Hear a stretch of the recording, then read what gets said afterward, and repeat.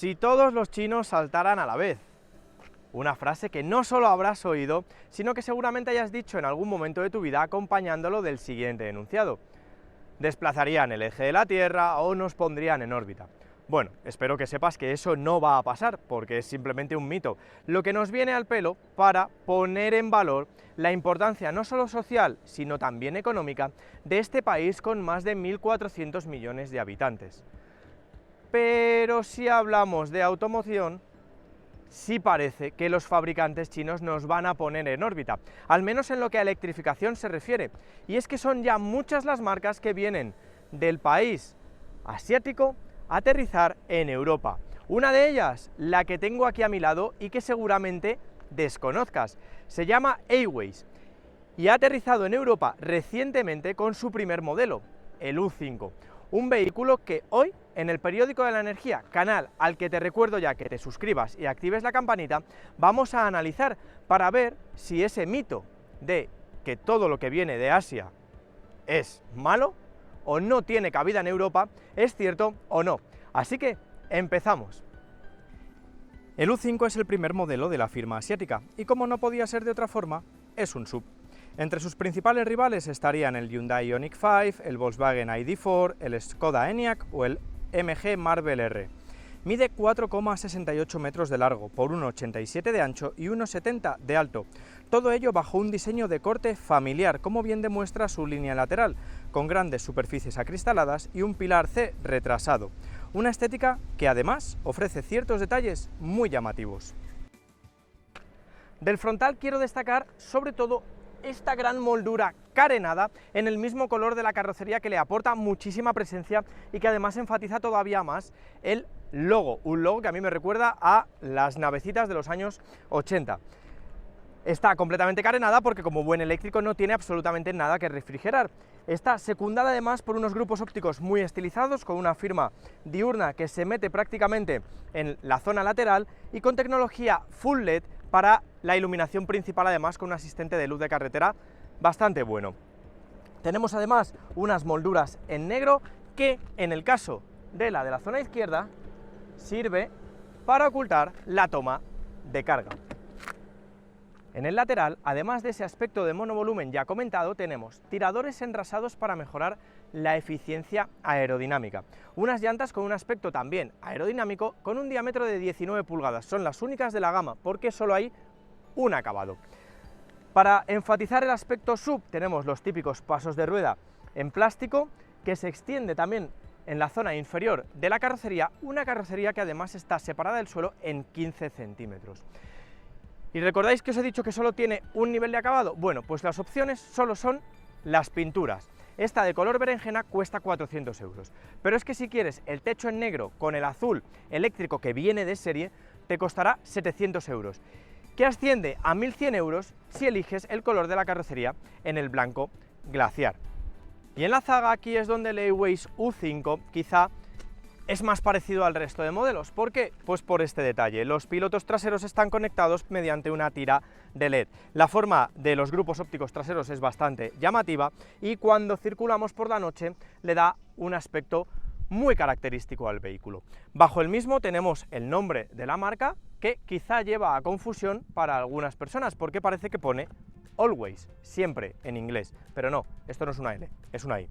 También tenemos un portón de generosas dimensiones, sobre el cual se coloca un alerón segmentado para mejorar esa incidencia aerodinámica. En el interior encontramos una mezcla de espacio y digitalización. La calidad es bastante correcta en casi todos los ámbitos y entre otros emplea elementos como el cuero sintético o vegano, como ellos quieren llamarle. Eso sí, no hay una guantera per se, pero sí un par de ganchos en los que teóricamente colocar una mochila o una cartera, pero no llega a ser tan práctico como la primera opción. La digitalización, por su parte, se centra en un tríptico para el cuadro de instrumentos digital con una pantalla central de 7 pulgadas con diferentes visualizaciones y dos de 4,2 pulgadas a los laterales para el ordenador de a bordo y el sistema multimedia. Pero el cerebro principal es el monitor central de 12,3 pulgadas. Con él se prescinden todos los botones físicos de la zona central. De hecho, por no haber, no hay ni ruleta que nos permita subir o bajar el volumen. Tiene una interfaz sencilla, demasiado espartana para mi gusto, y aunque al principio pueda resultar un poco tosca de manejar, sobre todo por algunos sonidos que emite, acaba siendo bastante fluido el circular o el cambiar los diferentes menús. Menús que, por cierto, son numerosísimos, de hecho me parece que hay demasiados. ¿Por qué? Pues porque ya habéis visto que metiéndonos en este botón podemos acceder a prácticamente todas las funciones del vehículo, desde los asistentes de conducción, activarlos, desactivarlos e incluso cambiar diferentes programas de conducción o el sistema de regeneración de la energía de la frenada, hasta cambiar las luces e incluso podemos abrir o cerrar las ventanas. Tenemos un botón aquí estupendo, pero si queremos abrir o cerrar el techo solar tenemos que pulsar ese botón. Es un gadget muy vistoso, pero poco práctico a la hora de ir circulando, porque nos obliga a separar demasiado la vista de la carretera. Llegados a este punto habrás notado que no te he hablado absolutamente nada del sistema de climatización. Te preguntarás, si no hay una tira de comandos físicos y no me lo ha introducido en la pantalla, ¿dónde está? Bueno, aquí tengo que hacer un inciso, porque sí puedes colocar o puedes manejarlo en la pantalla. Le das aquí y tienes la interfaz en la pantalla. Pero si bajas un poquito la vista, vas a ver que aquí en el centro tienes otra pantalla, la tercera. Tiene una interfaz táctil, tiene un aspecto un poquito espartano, pero es un sistema de climatización, no tenemos absolutamente nada de lo que ser pomposos, y puede parecer a el que monta, por ejemplo, Audi. Lo que pasa es que ya os digo que es un poquito más espartano. Se maneja más o menos fácil, tiene un retorno áptico, es decir, cierta vibración, y tenemos aquí todos los menús, pero no es el único secreto que esconde. Si yo hago así, ¡voilà! Tenemos un compartimento donde dejar el teléfono móvil, y además ahí tenemos un sistema de carga inductiva para, lógicamente, cargarlo. La guinda la pondría el hecho de que tuviéramos la sincronización móvil de manera también inalámbrica. Pero aquí os tengo que decir que desgraciadamente necesitamos un cable. Y cuando lo cerramos, corremos el riesgo de incluso a lo mejor partirlo. No podemos pedir todo, ¿verdad? En lo que respecta a la habitabilidad, aquí sí que no hay ningún pero, y el U5 es uno de los mejores de su categoría en espacio para los ocupantes, al menos en lo que a hueco para las rodillas y la cabeza se refiere. Por anchura, 3 adultos pueden viajar sin demasiados problemas, pero un viaje largo quizás se les haga eso, demasiado largo. En lo que a confort se refiere, tenemos solo un USB y un aireador que, eso sí, no es regulable y solo se puede abrir y cerrar. El maletero también es destacable, presenta un volumen de 539 litros que le sitúan en la zona media de la categoría. Tiene unas formas regulares y bajo el piso además tenemos una zona compartimentada ideal para guardar enseres de mayor valor. Pero es que además bajo ella también hay otro hueco que permite incluso meter una maleta de mano. Ahora bien, no es el único, ya que el U5 cuenta con otro maletero en la zona delantera de 45 litros de capacidad, ideal para guardar los cables de carga. Además, si tienes una bolsita como la que te suministran en la marca, no tendrás que llevarlos esparcidos. Ya estamos conduciendo este eWays U5 y lo primero que estáis viendo, probablemente espero que lo estéis viendo, es que estamos moviéndonos por el entorno urbano. ¿Por qué? Pues porque os tengo que hablar del sistema de recuperación de la frenada. Es lo primero que os tengo que decir. Se selecciona mediante la pantalla, ya lo habéis visto, y esto está aquí. Tenemos 3 niveles, el alto, el medio y el bajo.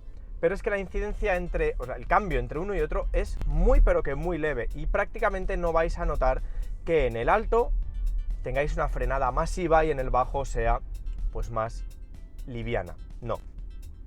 En los 3 es prácticamente la misma intensidad, y eso va a impedir que realicemos una conducción de un solo pedal per se. Quizás un punto a mejorar. Es un punto a mejorar. Dicho esto, también tenemos 3 modos de conducción, el Eco, el normal y el Sport, que se seleccionan mediante el botón del volante, en los que el cambio entre uno y otro también es muy ligero. No vais a notar mucha diferencia cuando vayáis en el Eco o cuando vayáis en el Sport. Quizá en el Sport tenéis un poquito más de aceleración, sobre todo en las primeras arrancadas. Ahora con el Eco le cuesta, pero ya habéis visto que sale muy bien, y cuando le doy al Sport es quizá más inmediato. Con todo ello os tengo que comentar que, fijaos, vamos a pasar un badén. Este coche es muy confortable. Si algo tengo que destacar de este U5 es su confort de rodadura y cómo filtra de bien la suspensión todas las irregularidades de la carretera. De hecho, le convierte para mí en uno de los eléctricos más o menos familiares, más confortables que he conducido gracias a esa suspensión tirando a blandita.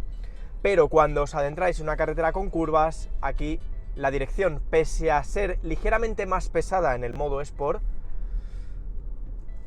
no comunica absolutamente nada. Tampoco comunica demasiado el freno. Tenemos una primera parte del recorrido en la que no hace nada y luego ya a partir de ahí ya sí frenaría. Y eso sobre todo cuando estáis realizando una conducción un poquito más dinámica, que no es la filosofía de este vehículo, vais a notarlo. Incluso cuando queráis adelantaros a esa frenada en ciudad, bueno, pues vais a notar que la primera parte del recorrido del freno es prácticamente nula y luego ya sí es demasiado incisiva. Con todo ello, vamos a hablar ya del rendimiento y de la batería. El rendimiento, tenemos un motor síncrono colocado en la zona delantera, que no es lo normal en la categoría, lo normal es que esté atrás, y eso nos va a permitir, o va a obligar en muchos aspectos, a que perdamos rueda cuando aceleramos de forma muy brusca en comparación con los sistemas de propulsión. Tenemos 204 caballos de potencia, que está muy bien, y tenemos un par máximo de 310 Nm, que también está muy bien, 310 Nm instantáneos, como todos los eléctricos. Eso nos permite acelerar de 0 a 100 en unos 8 segundos y tener una velocidad máxima de unos 160 km/h. No son prestaciones para tirar cohetes, pero es que la filosofía de este coche ya os he dicho que es la de ser un vehículo muy confortable y con el que realizar o moverte del punto A al punto B.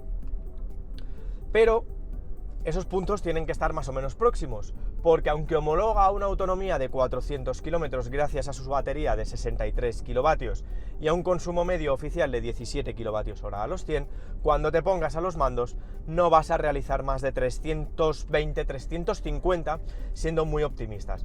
Te moverás en el entorno, depende de cómo sea tu conducción, de los 21 kWh a los 100, que es un consumo alto, y además se le nota mucho cuando vas por autopista, porque sube a 23, 24, y por ciudad no vas a bajar incluso de 16, 17, lo cual para mí es demasiado alto. Si la conducción por autopista es favorable, es en bajada, pues te vas a poder mover en unos 14 y demás, pero siempre el consumo medio va a estar en torno a los 21. Es alto y eso te va a permitir o te va a obligar a que no, va a redundar en que no puedas conducir más de 320 kilómetros, 350 siendo muy optimistas. Cuanto más rápido vayas, menos consumo. Lo bueno, menos autonomía. Lo bueno es que tenemos bomba de calor y la autonomía no se ve perjudicada cuando activamos el sistema de climatización o de calefacción. En ese sentido, bien por Aways. Porque las bombas de calor suelen ser uno de los aspectos más caros de los vehículos eléctricos. En cuanto a la carga, si te vas quedando sin ella, punto negativo y más o menos en la media. Punto negativo, la corriente alterna. Te puedes conectar solo a tomas de 6,6. Por lo tanto vas a tardar unas 10 horas en cargarlo en esa toma. Una toma doméstica, tienes que cargar lo que te vayas a mover, ya lo sabes. En corriente continua, 90 kilovatios de potencia máxima, lo cual te va a permitir llenar del 0 al 80% en unos 35 minutos aproximadamente. Es un buen dato, pero la potencia podría ser mayor. También tenemos que tener en cuenta que tenemos una batería de 63 kilovatios, no es excesivamente grande ni pequeña, pero bueno, pues 90 kilovatios es una buena toma y además te va a permitir que si hay algunos cargadores ultra rápidos que están de repente estropeados y no cargan a una potencia excesiva, bueno, pues 100 kilovatios te baja, es una buena potencia, pero si tuvieras 150 reducirías esos 35 minutos a 25, unos 10 minutillos, siempre se van a agradecer en un coche eléctrico. Y para finalizar os tengo que hablar de los asistentes a la conducción. Ya habéis visto que están todos en la pantalla y os tengo que decir, está muy bien que tengamos tantos asistentes a la conducción, pero algunos de ellos son demasiado intrusivos, como el asistente de cambio de carril, incluso la velocidad de control de crucero adaptativa o el lector de señales de tráfico. También tenemos el sistema de monitorización del conductor, que está aquí y aquí, y bueno, pues a veces es demasiado intrusivo. Me parece bien que tengamos tantos asistentes, pero que sean un poquito más permisivos. Es lo único que pido. Dicho esto, le pongo un notable a la conducción de este coche, principalmente determinada por ese confort de rodadura y por ese confort de a bordo. Por cierto, en lo que a confort de rodadura se refiere, cuando aceleras hay un ligero pitido del motor y acaba siendo incómodo. No cabe duda de que China es un referente en muchos de los sectores del mercado global, pero parece que el de la automoción todavía se le resiste. La apuesta de Astara por Aiways puede parecer arriesgada, más cuando tenemos en cuenta que este fabricante solo tiene 5 años de vida y que este U5 es el primer modelo que lanza al mercado europeo. Pero visto lo visto en este vídeo del periódico de energía, parece que esa apuesta puede ir muy bien encaminada, porque a día de hoy, de los coches chinos que un servidor ha conducido, este U5 es de lo mejorcito que hay. Cierto es que cuenta con algunas lagunas, como pueda ser la dependencia de la pantalla interior, como pueda ser el hecho de la gestión eléctrica con un consumo demasiado elevado, con unas baterías que se cargan a una potencia bastante limitada, o incluso con el hecho de algunos aspectos de la dinámica y de la seguridad, pero por espacio interior, por calidad interna y por confort de a bordo, este U5 es una apuesta muy, pero que muy firme, la verdad, todo dicho sea de paso. Y es que este U5 reúne todo lo necesario para que se convierta en tu coche eléctrico familiar. Eso sí, siempre que tengas en tu cuenta los 43.490 euros que con descuentos ya pide la marca por él. Ojo, esta tarifa es inferior a la de sus principales rivales, como puedan ser el Ioniq 5, el Skoda Enyaq, el Volkswagen ID4, el MG Marvel R o incluso el Kia EV6. Es menor que ellos en el PVP, pero para mí sigue siendo demasiado alto, sobre todo teniendo en cuenta esa autonomía. Yo le hubiera puesto un precio todavía inferior para entrar directamente de lleno en los puestos de cabeza de ese segmento de vehículos eléctricos familiares. Veremos si con la llegada del U6 de aspecto coupé, Aiways rebaja ligeramente su tarifa de precios, aunque todo indica que no va a pasar eso, porque un SUV de corte coupé siempre tiende a ser un poquito más costoso que un SUV eléctrico familiar. Pero si lo consiguen, se van a llevar una muy buena cuota de mercado. ¿Por qué? Pues por lo que os hemos comentado en este vídeo del periódico de energía. Con su U5, Aiways entra de manera muy firme y muy sólida en el mercado. Pero quiero que seas tú, como siempre, el que aquí abajo me digas, ¿sería tu primer coche eléctrico? ¿Elegirías cualquiera de las otras alternativas? ¿Te parece demasiado caro? ¿Su autonomía es escasa? ¿Está bien el espacio? Todo eso quiero que nos lo cuentes aquí abajo. Una vez te hayas suscrito al canal, activado la campanita y dado a like si te ha gustado lo que te he contado. Nos vemos en el siguiente vídeo del periódico de energía y mientras tanto, mantente conectado. ¡Hasta la próxima!